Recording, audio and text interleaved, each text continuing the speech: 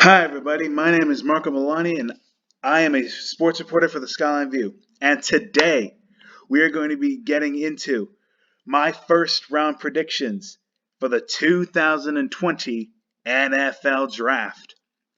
Now, I am super excited to do this because not only have I been doing this for quite a while and love doing them, but this is the most stacked class of players I have ever seen. And I am super excited to get into it. So with that said, let's get into it. And Cincinnati holds the first overall selection, and with that selection, they select Joe Burrow, quarterback out of LSU. Now, this is an obvious selection. We've seen this same song and dance before with Kyler Murray and Baker Mayfield the past couple years. But Joe Burrow is something special. The dude puts up numbers, and he's amazing in big game situations. Let me just show you. So his 2019 looked like this: 402 completions with a 76.3 completion percentage for over 6,000 yards and 60 touchdowns. And his average is 10.8, so he almost always gets a first down. And for the big game situations, let me show you the game against Oklahoma. He put up almost 500 yards and 7 touchdowns in a bowl game. That's incredible. Somebody like Joe Burrow, who will be drafted in a system where they have AJ Green, that's going to be dangerous. And every team in that division should be looking out for him. Now we move on to the second pick. And Washington selects, with their second pick, Chase Young, defensive end out of Ohio State.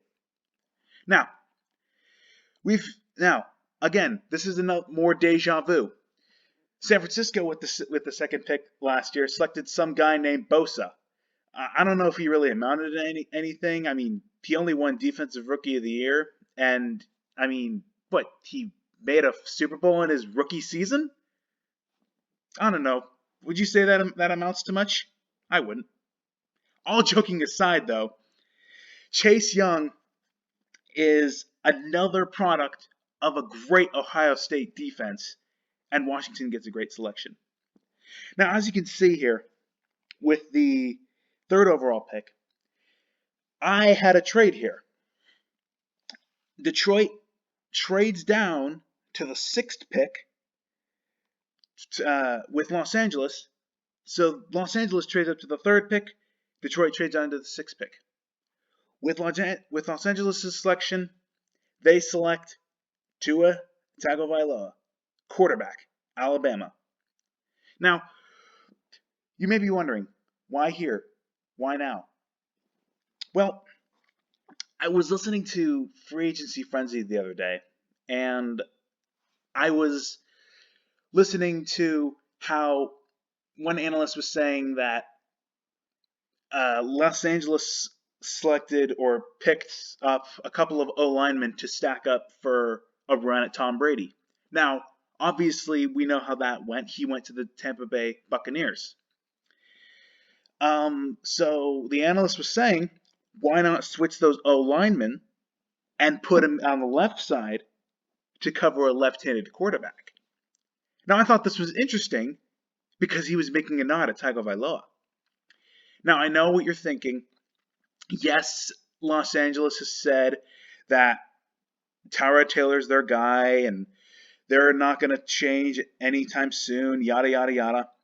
But at this point, Tua's going to be a great selection, and when he learns that offense, it's going to be great. With the fourth selection, belonging to the New York Giants, they select Derek Brown, defensive tackle out of Auburn. Now, the Giants have a good offense now that they have Daniel Jones, and hopefully, crossing everybody's fingers and knocking on wood, hopefully he can thrive under the offense with some good wide receivers that are healthy. With that said, now Derek Brown can be added to a defense that's trying to get balanced so that the Giants can make a run again. Who knows? We'll see what happens. But this is the best available selection, and yes, the Giants have Dexter Lawrence and a nice selection of defensive ends and defensive tackles and edge rushers. But Derek Brown's probably a good pick here. So with that said, with the 5th pick, Miami selects Jordan Love, quarterback out of Utah State. Now, this is a head scratcher for some people. And not to say that Jordan Love's not a great player, but I considered this like a Daniel Jones-esque thing. Now, if you don't know what I'm talking about, last year in the 2019 draft, the New York Giants selected Daniel Jones with the 6th pick when some people had him like after Dwayne Haskins and after a lot of QBs, have him going in like the 2nd or 3rd round. But Jordan Love is a great player and will surely be a great star if he could beat Ryan Fitzpatrick and Josh Rosen. That 3-way quarterback battle, if it happens, is going to be insane. Insane. Let me show you his numbers, just in case you doubt him. So he had a 61.9 completion percentage, which is okay. 3,000 yards and 20 touchdowns. And this is from a small school, from Utah State. So he did good coming from a small school. Like I said, Daniel Jones came from Duke. Small school, not really known for their football program. Of course, Duke is most known for their basketball program, coached by the Greg Popovich of men's basketball, Mike Krzyzewski. Now with the 6th pick, the one that the Chargers traded up to select with Detroit selects AJ Epinesa, defensive end out of Iowa. Detroit has been looking for a replacement for Ndamukong Suh for quite some time, and they've had some success but a lot of those players left. One example being Ziggy Ansah coming to Detroit and then going to Seattle. So Detroit gets their guy. Now Carolina, with their 7th pick, they select Tristan Wirfs, tackle out of Iowa. Nothing really much to say about here except Carolina finally gets the O-line help that they've needed now that Cam Newton got released and seemingly Teddy Bridgewater's their guy. Now, with the 8th pick, the Arizona Cardinals select Jerry Jeudy, wide receiver out of Alabama. So, yes, I know. Arizona traded for DeAndre Hopkins, and they basically finessed the Houston Texans for him in favor of getting rid of David Johnson. I know, but imagine if they had one of the best wide receivers in this draft going to Arizona. Kyler Murray's gonna have a field day. I'd watch out for Arizona, you NFC West people. Next is Jacksonville, and they select Jedrick Wills, tackle out of Alabama.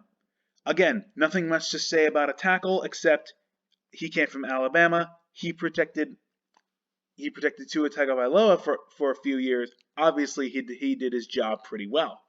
So Jacksonville gets their their tackle replacement to protect Gardner Minshew or whoever they put under center. Now with the 10th pick, the Cleveland Browns select Jeffrey Okudah, cornerback out of Ohio State. So Cleveland has been okay for a couple years, and their offense has been okay, but now it's time for them to improve. Obviously, after the Eli Apple deal went over with the Saints and the Raiders, they lost the Cleveland Browns lost Demarius Randall to the Raiders, so now they have a good replacement.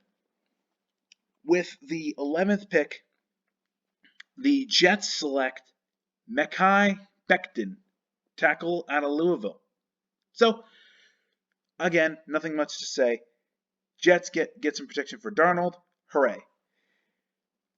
With Las Vegas's first selection as a member of the city of Las Vegas, the Raiders, they select Henry Ruggs III, wide receiver out of Alabama. Now, the second wide receiver taken out of Alabama goes to a team with another quarterback battle.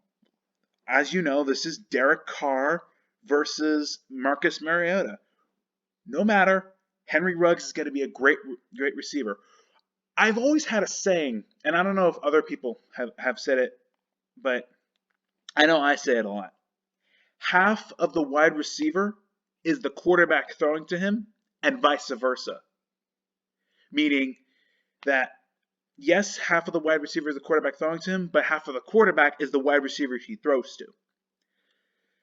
When you have somebody out of Alabama who is under two great QBs, Jalen Hurts and Tua Tagovailoa, and put up pretty good numbers,